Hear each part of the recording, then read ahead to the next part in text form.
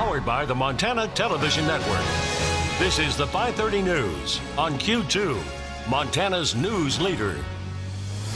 Good evening and thanks for joining us on this Friday night. I'm Jay Cohn. And I'm Jeanelle Slade. In a dramatic move, President Trump throws a big financial wrench into Obamacare, and the impact could create issues in Montana. The president's announcement to end Obamacare subsidies to help lower-income Americans pay for health care raises new concerns about the law's future. The president's executive order means the government will no longer pay key subsidy for certain health care policies. In Montana and across the nation today, insurance officials trying to determine the impact of the president's action. But as MTN's Mike Dennison reports now, it's not good news for insurers who are selling policies on the individual marketplace. A major goal of Obamacare is to make health insurance more affordable to people buying on the individual market. In other words, those who don't have access to group policies through their job. That's only about 6% of the market in Montana, 65,000 people. One of the tools to achieve that goal is called cost-sharing reductions, or CSRs. For someone earning less than $30,000 a year, the CSR reduces out-of-pocket costs like deductibles or co-payments. But the Trump administration says it's canceling the federal payments to insurers that subsidize these savings. Insurers must raise their 2018 rates to cover the cost of CSRs or eat those costs. Blue Cross and Blue Shield of Montana had prepared for possible shakeups by the Trump administration and filed an average 20% increase for policies in this market next year. Insurers really had two choices at the outset of developing their 2018 products. You could either include this uncertainty in your rates, or you could choose not to include this uncertainty. And we were the only insurance company that elected to do that. So it'll be interesting to see what the impact is in the marketplace. The two other insurers in Montana's individual market, Pacific Source and the Montana Health Co-op, did not file for higher rates. State Insurance Commissioner Matt Rosendale said Friday the feds are saying those companies cannot file for new rates now.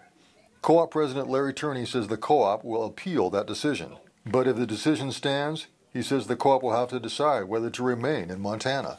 He says loss of the subsidy will cost the co-op $1.6 million a month, and that the Trump administration is clearly trying to torpedo a key aspect of Obamacare. They're definitely trying to make Obamacare fail, and they're giving it a little push to do it.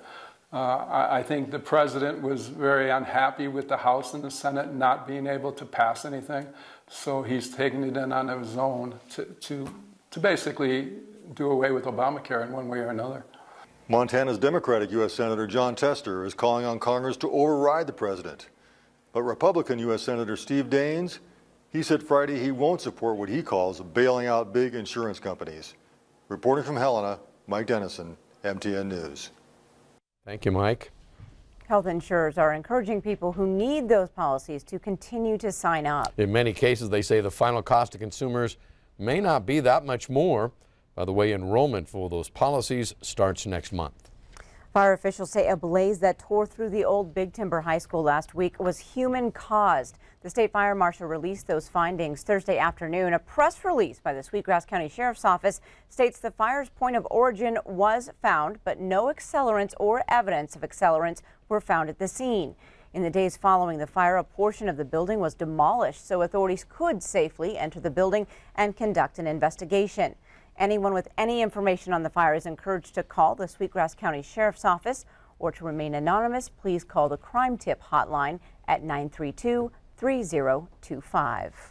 Billions of dollars in federal disaster relief will soon be available to communities hit hard by hurricanes, floods, and wildfires. That is, if the U.S. Senate follows the lead of the U.S. House.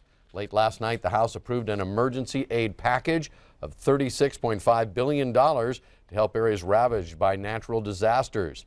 Now, this package includes $18.7 billion for the Federal Emergency Management Agency, $1.2 billion in disaster relief for Puerto Rico, and more than $576 million for wildfire recovery. It is the second emergency spending bill passed this fall, and it comes after a trio of hurricanes, Harvey, Irma, and Maria, swept through the Gulf of Mexico and U.S. territories in the Caribbean, and as the dangerous wildfires rage across the West. Montana Congressman Greg Gianforte talked with us about his effort to draw Washington's attention to the wildfire destruction here in Montana. I was on the floor showing a picture of Lolo, Montana, with the fires burning, and other members of Congress came up and said I had no idea. They focused on the hurricanes, they kind of forgot about us. Even though the disaster aid passed the House, its future still in question over in the Senate. 69 Republicans opposed the bill in the House. That means it could have some problems with Senate conservatives, but the White House and Senate leaders have endorsed the bill. Turning to weather, Bob, you can actually feel it in the air. Winter is coming, and it was really cold last night. Yeah, I think last night would qualify as a hard freeze. 26 degrees here in the Billings area. Very chilly. And not only in Billings, it was that cold all over eastern Montana. Take a look. This is a map of all our reported low temperatures. And of course, here in Billings, there's your 26. It was 27 at Miles City, 23 at Jordan, 25 at Glendive, where it was actually a little warmer. We had a few more clouds up by Kalispell and Missoula today. They had, low 30s for overnight lows, so very chilly. So I wanted to show you a picture that somebody sent us. Take a look at this. Now, the tree on the left, where it says yesterday, they took the picture yesterday. Beautiful tree, beautiful fall foliage. You got that hard freeze, and all of a sudden this morning, all those leaves started falling. That's what we had on the tree on the right. Look at that. They're all gone. That's probably the same in your yard. Now look at this. We also have this coming our way. It's up in the Front Range of the Rockies. We have a winter weather advisory from Kalispell down to Seeley Lake. Maybe 3 to 5 inches of snow expected there. Locally 6 inches possible in that area. Elsewhere from Missoula on down to Butte, we have another winter weather advisory there. All this stays in effect until 9 o'clock tonight. Could see 1 to 3 inches of snow in that area with the localized amounts up to 5 inches of snow. Let's check it out on the Doppler radar. And as you can see, here's what we have. Look at all the snow from Red Lodge all the way up towards Kalispell. Some rain showers up by Lewistown as well. So we're going to see some showers moving into the Billings area, just now getting ready to move into Yellowstone County. So tonight's football might see some showers in it. Our Friday night lights will have some flurries in it as well. Possibly rain mixing with snow tonight. And we'll have more on that coming your way in a few more minutes. All right. Thanks, Bob.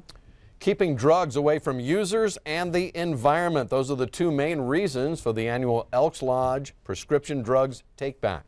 Now, the Elks, along with the Drug Enforcement Administration and Billings Police Department, will collect the prescription drugs tomorrow. That's Saturday.